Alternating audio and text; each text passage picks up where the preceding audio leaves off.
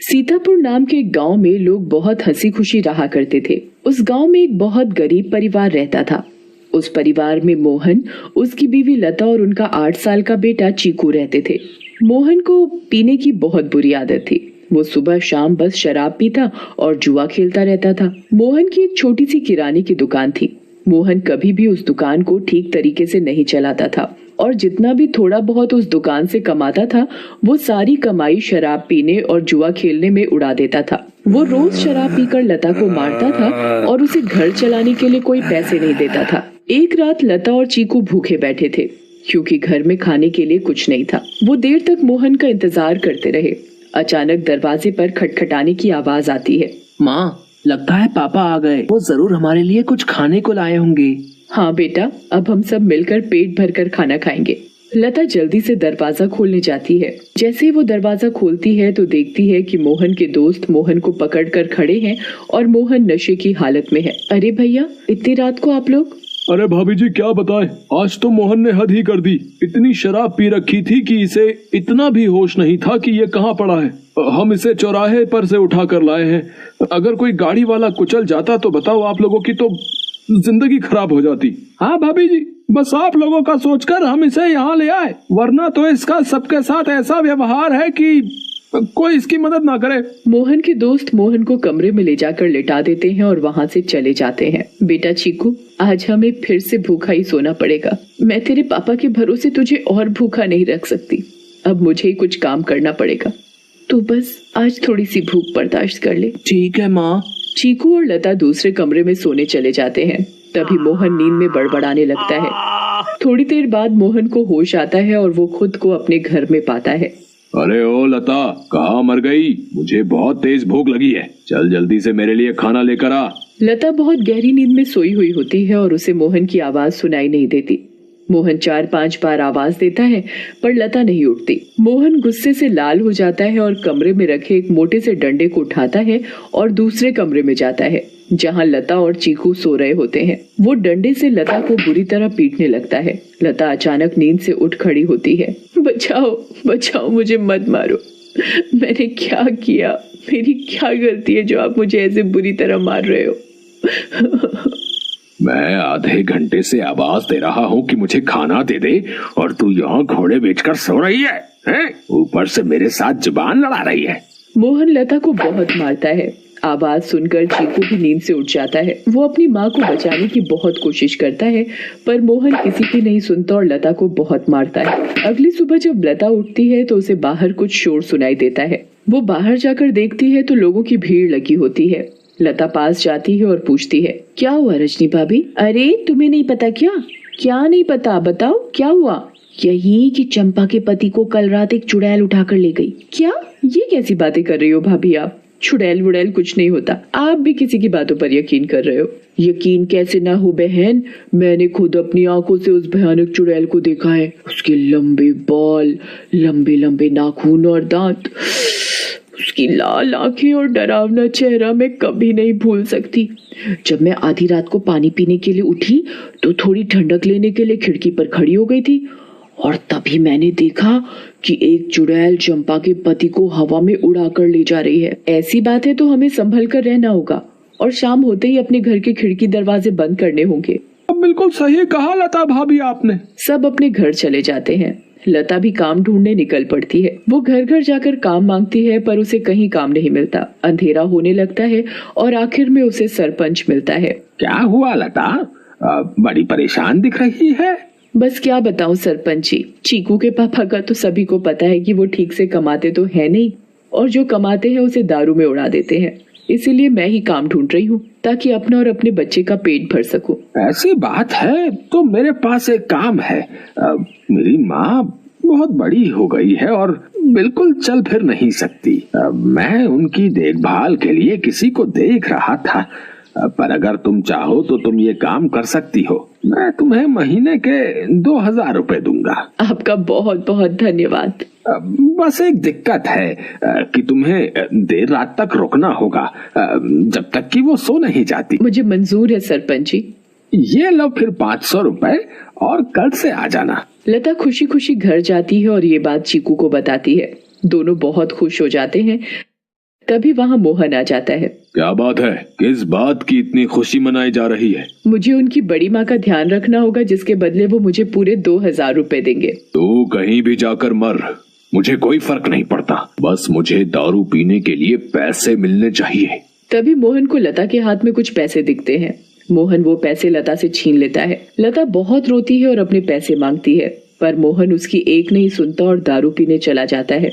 लता उन पैसों में से कुछ पैसे अपने पल्लू में पहले से ही बांध लेती है, जिसका वो घर का राशन ले आती है। उस दिन लता और चीकू पेट भरकर खाना खाते हैं, चैन की नींद सोते हैं। दूसरी ओर चुड़ैल का आतंक शुरू हो जाता है।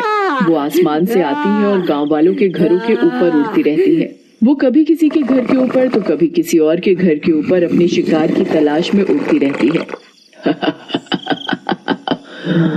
अब मैं अपना शिकार करूंगी। किसको लेकर जाऊं आज अपने साथ? किसको? बहुत देर तक चुड़ैल को कोई दिखाई नहीं देता। लगता है इस गांव के आदमी बहुत चालाक हो गए। अब इन्होंने रात को निकलना ही बंद कर दिया। अगर ऐसा रहा तो मैं अपना शिकार कैसे करूंगी? किसको लेकर जाऊं अपने साथ? किसको लेकर जाऊंगी अपने साथ? तभी भोला रात को घर के बाहर आता है और रस्सी पर सूख रहे कपड़े उतार कर इकट्ठे करने लगता है। चुड़ैल की नजर भोला पर पड़ती है। मिल गया मेरा शिकार। चुड़ैल भोला पर हमला करती है। वो उसे एक हाथ से पकड़ती है और अपने साथ हवा में उड़ाकर ले जाती है। बचाओ, बचाओ, मुझे छोड़ दो, जाने दो मुझे। तू तो मेरा आज का शिकार है, ऐसे कैसे छोड़ दूं? तभी भोला की बीवी बाहर भोला को देखने आती है। उसे भोला घर के बाहर कहीं नहीं दिखता, पर फिर उसकी नजर ऊपर जाती है और वो देखती है कि चुड़ैल उसके पति को लेकर जा रही है। रेखा ये सब देखकर बेहोश ही हो जाती है और सुबह जाकर उसे होश आता है। होश आते ही वो अपने पति को हर तरफ ढूंढने लगती है, पर वो कहीं नहीं मिलता। वो यहाँ वहाँ पागलों की तरह भागती है और चिल्ला रही है। तभी गांव के लोग इकट्ठे हो जाते हैं। क्या हुआ रेखा भाभी? अगली सुबह जब लता उठती है तो उसे फिर से घर के बाहर कुछ लोगों का शोर सुनाई देता है। लता बाहर जाती है। क्या हुआ रजनी भाभी, आज किस बात का शोर हो रहा है? अरे लता, कल रात चुड़ैल रेखा के पति को उठा कर ले गई। रेखा का तो रो रो कर बुरा हाल है। बेचारी रेखा भाभी। पर मुझे ये समझ नहीं आ रहा कि वो चुड़ैल हर रात किसी के पति को ही क्यों उठा कर ले जाती है। सही कहा लता भाभी, हमें इस बात का जल्द से जल्द पता लगाना होगा। सभी लोग मिलकर एक तांत्रिक के पास जाते हैं और सारी बात बताते हैं। मैं अभी पता लगाता हूँ कि ये चुड़ैल चाहती क्या है। ओम ह्रीम क्लीम चामुंडाय विच्चय नमः। ओम ह्रीम क्लीम चामुंडाय विच्चय नमः। तांत्रिक ध्यान लगाता है और उसे वो चुड़ैल दिखाई देती है।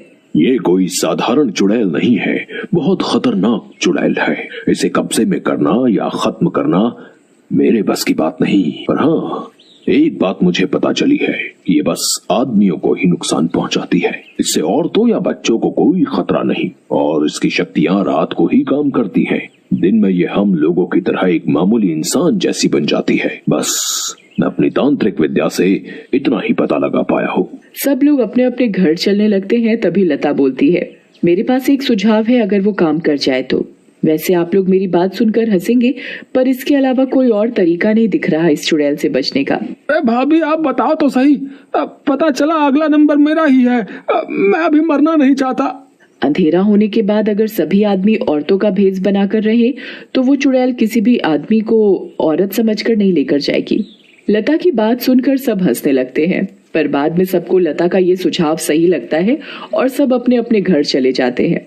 लता भी अपने घर चली जाती है। वो मैं कह रही थी कि गांव में चुड़ैल का आतंक बहुत बढ़ रहा है। वो हर रात एक आदमी को ले जाती है। तो गांव वालों ने तय किया कि सब आदमी अंधेरा होते ही औरतों के कपड़े पहन लेंगे ताकि वो चुड़ैल उन्हें औरत समझकर छोड़ दे। तेरा दिमाग तो ठिकाने है या पागल हो गई है? कोई बेवकूफी होगा जो ऐसा करेगा। मोहन लता की एक नहीं सुनता और चला जाता है। लता भी सरपंच के घर उनकी माँ की देखभाल के लिए चली जाती है। लता का पूरा दिन बहुत अच्छे से निकलता है। फिर रात हो जाती है और लता अपने घर के लिए निकल पड़ती है। दूसरी ओर गांव के सभी आदमी अंधेरा होते ही औरतों का भेष बना लेते हैं। लता जब अपने घर वापस जा रही होती है तो उसे आसमान से चुड़ैल आती दिखती है। लता बहुत डर जाती है और पेड़ के पीछे छुप जाती है। तभी वहां से मोहन गुजर रहा होता है। हे भगवान, अब मैं क्या करूं? अब तो ये चुड़ैल इनको ले जाएगी, मैं इनको कैसे बचाऊं? मिल गया मुझे मेरा शिकार। चुड़ैल उड़कर मोहन को पकड़ लेती है। बचाओ बचाओ, कोई मुझे इस चुड़ैल से बचाओ। चुड़ैल मोहन को लेकर हवा में उड़ने लगती है। तभी लता दौड़ कर आती है और चुड़ैल का पैर पकड़ लेती है। चुड़ैल लता को देखकर वापस जमीन पर उतर जाती है। ए पागल औरत, छोड़ मेरा पैर और ले जाने दे मुझे इस आदमी को, ये मेरा शिकार है। नहीं, मैं तुझे नहीं छोड़ूंगी। मैं तुझे अपने पति को नहीं ले जाने दूंगी, चाहे इसके बदले मुझे अपनी जान ही क्यों ना देनी पड़े। चुड़ैल बहुत कोशिश करती है पर लता उस चुड़ैल के पैर को नहीं छोड़ती। छोड़ मेरा पैर, मेरी पायल टूट जाएगी, दूर रह मेरी पायल से, मेरी पायल मेरी जान है। इस चुड़ैल को आखिर इतना क्यों प्यार है इस मामूली सी पायल से, और ये ऐसे क्यों बोल रही है? कहीं इस पायल में ही तो इसकी जान नहीं? मुझे इस पायल को तोड़ देना चाहिए। लता उस पायल को तोड़ देती है। चुड़ैल आग में जलने लगती है। ये तूने क्या किया? मेरी पायल में ही मेरी जान थी और तूने वही तोड़ दी। चुड़ैल उस आग में खत्म हो जाती है। मुझे माफ कर दो लता, मैंने हमेशा तुम्हें मारा पीटा और आज तुमने ही मेरी जान बचाई। उस दिन के बाद से मोहन बदल जाता है। वो अच्छे से काम करता है और अपने परिवार का ध्यान रखता है और कभी शराब नहीं पीता। गांव वालों को भी उस चुड़ैल से हमेशा के लिए छुटकारा मिल जाता है और सब हंसी खुशी रहने लगते हैं।